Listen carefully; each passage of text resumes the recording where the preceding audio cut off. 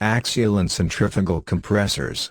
In this module, you shall learn about highlights of inspections for axial and centrifugal compressors, API 617.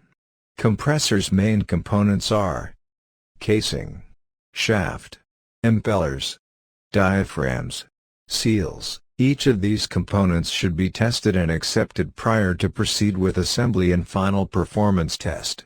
An essential part of inspector task will be to confirm that material used during manufacturing process are compliant with compressor data sheet and applicable standard, as well as verify examination and testing such as pressure test, impeller balance test, mechanical running test, field performance test, and the like.